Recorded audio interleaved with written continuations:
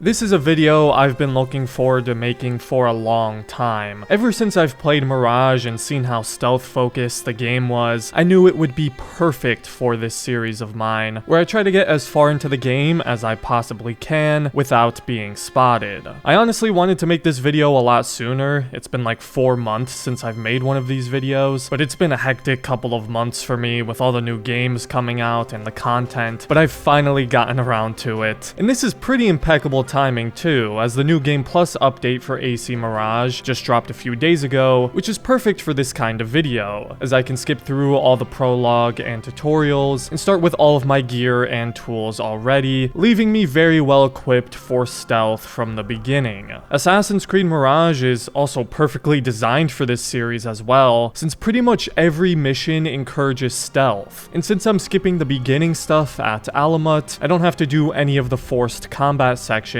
I typically have to do in these videos. It's good to feel like an assassin again, and it definitely makes the process of this entire video a more enjoyable experience. So without further ado, let's go on my new Game Plus stealth adventure in Assassin's Creed Mirage.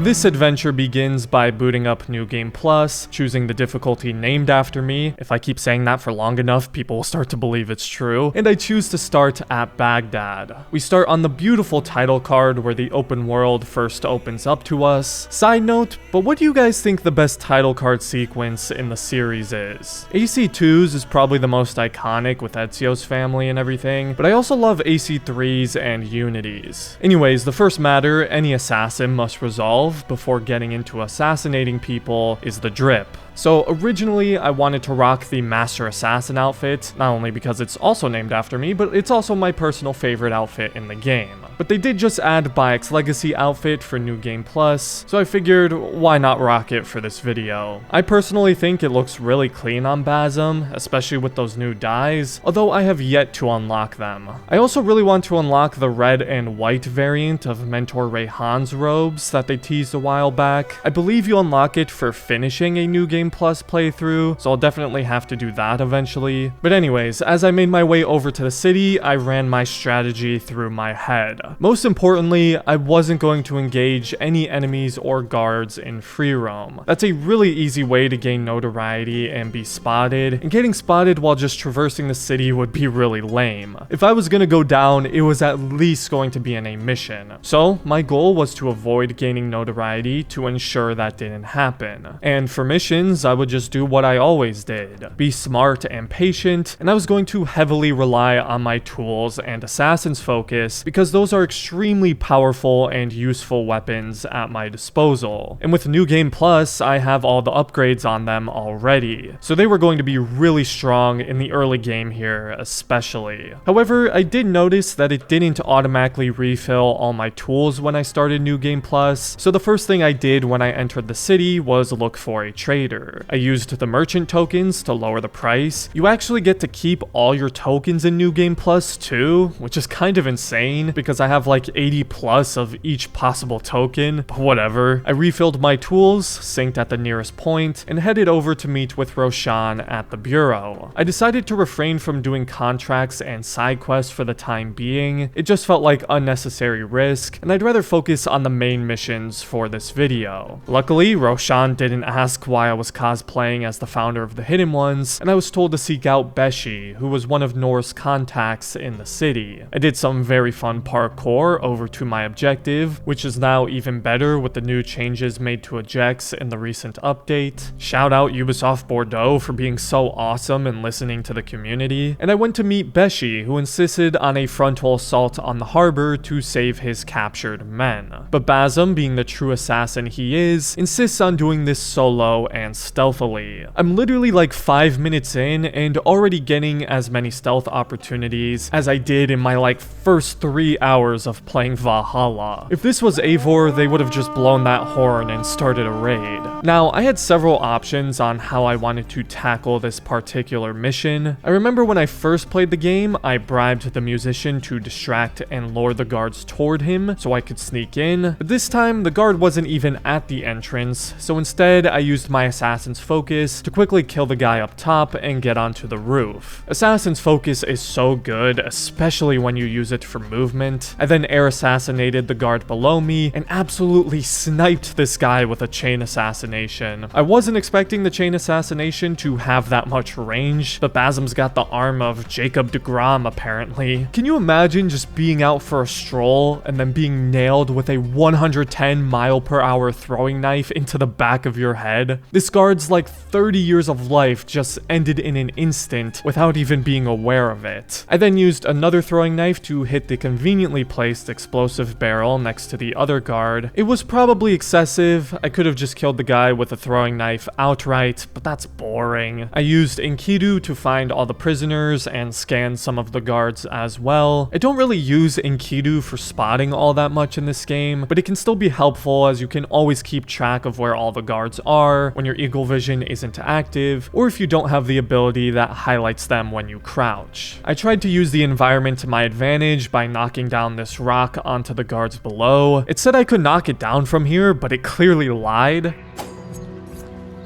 Me being the stubborn man I am, I tried again, this time trying a charged throw, and surprise surprise, it didn't work.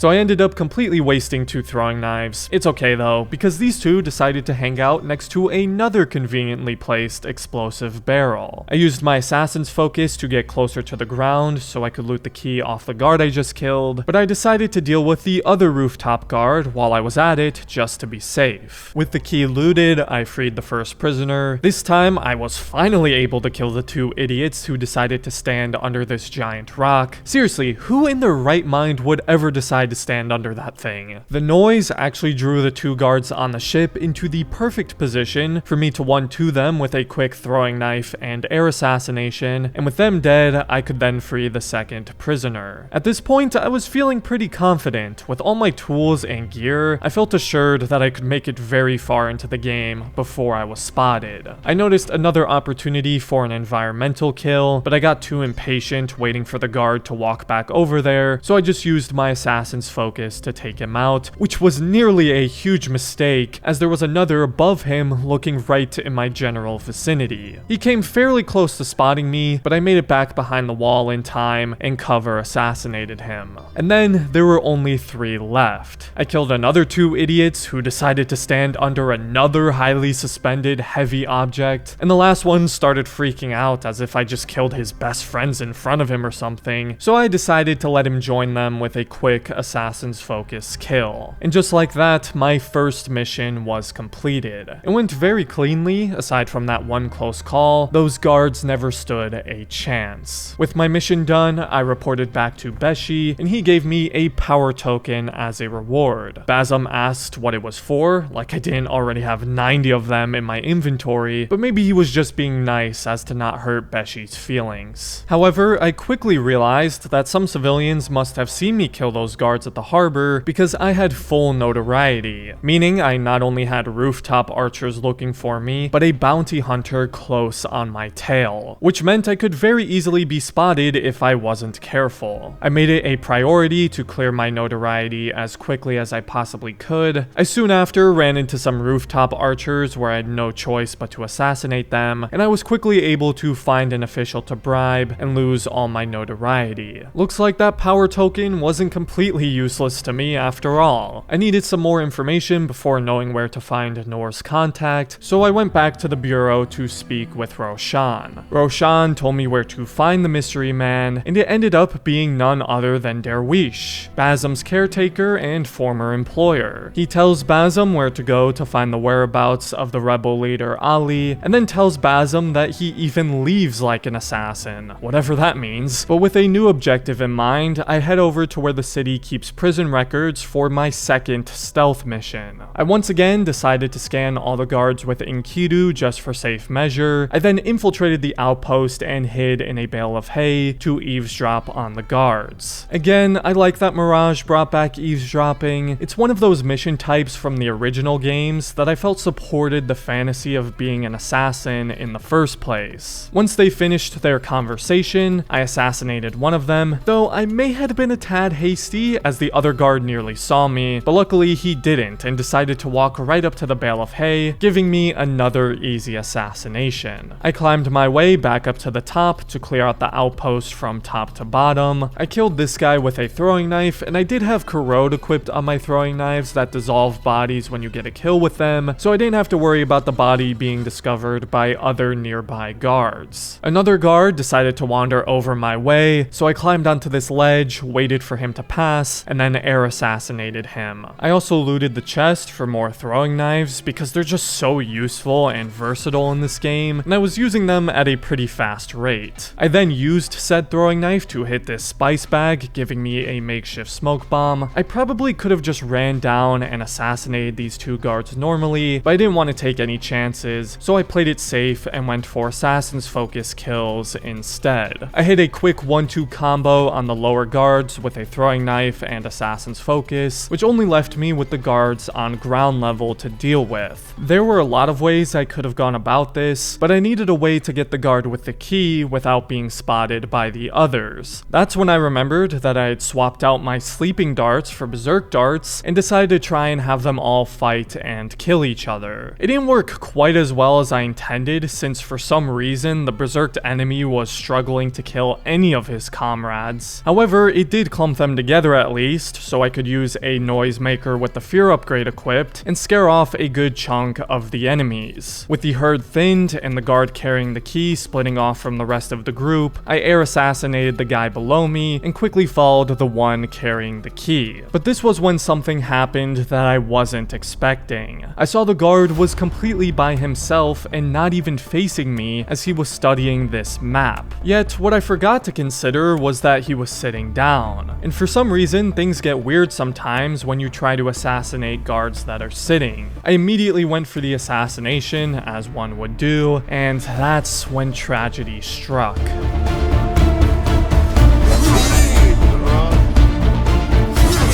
The unfortunate consequence of having attack and assassinate binded to the same input is that sometimes when you try to go for an assassination, the game has you pull out your sword and do a melee attack instead. For some reason, the game didn't give me an assassination prompt on this guy when I was right next to him and still unspotted, and so that's exactly what happened. You guys have no idea how heartbreaking this is for me. I was only on the second mission and having a blast with it so far. There were so many other stealth missions I wanted to do, so much more I wanted to experience, and for the video to end on something stupid like this, it's depressing. But rules are rules, and I only made it about 35 minutes into Mirage without being spotted. I believe that's my second lowest time to date in this series. Syndicate is still my lowest, I believe, and that one kind of ended in a stupid way too. But that's just how it is. I'm sorry, guys. I know some of you are probably disappointed, and so am I. Maybe we can do another video similar to this for some of the late game missions, because I was really hoping to do some of the black box missions in this video, but unfortunately, not today. Regardless though, I appreciate all of your support. If you want to see more videos in this series, let me know down in the comments. And as always, if you enjoyed the video, I'd appreciate it if you left a like and considered subscribing to the channel if you're new. A special thank you to my members, and other than that, thanks for watching, and stay stealthy out there, assassins.